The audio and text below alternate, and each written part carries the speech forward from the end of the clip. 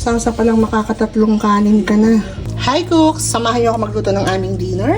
So today gagamit ako ng chicken inasal oil from Zest2Go. Alam niyo ba na masarap to at saka kagandahan dito, may kulay na din siya.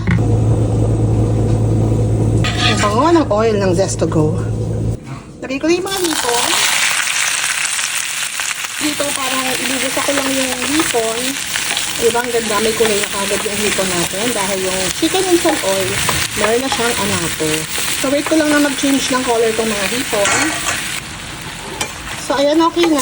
Aalisin ko na itong mga hipon dito.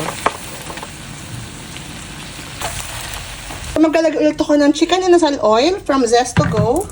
So ngayon naman magigisa na ako. So lalagay ko na yung sibuyas. Lagay ko na yung garlic. Sabay ko na rin itong luya. Wala pala akong pamintang drag. Ano na yung pepper slice ko? So ayan, nagisa ko na siya mabuti.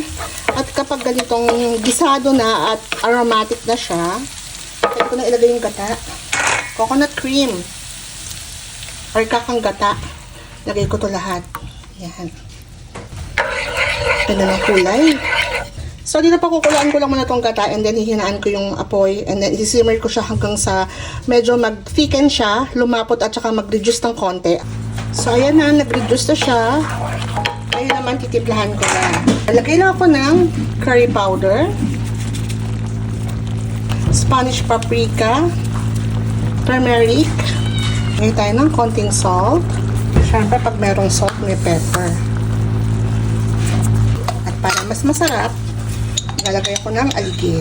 10 ng kutsarita. Grabe, sarap nito. Oh, ang bango. Lagyan natin ng sili. So, depende yan sa iyo kung gusto niya ng maanghang. Kami gusto namin ng maanghang, kaya lagyan tayo ng sili. Naktayo ako ng konti sugar. Sugar. Yan.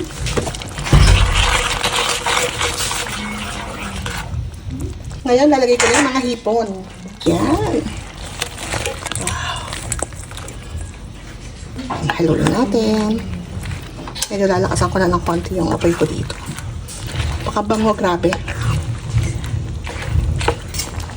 Siyempre, titikman ko, di ba? Sauce lang. Oh my God, ang sarap. Sobrang sarap ito sa kanin, pero pwede mo itong lagay sa pasta.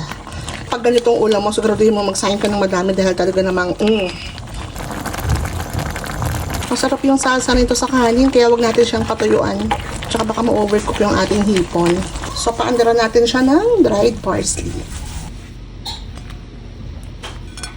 Ay, grabe to. Sarsa pa lang. Thank you for watching. Spread the love.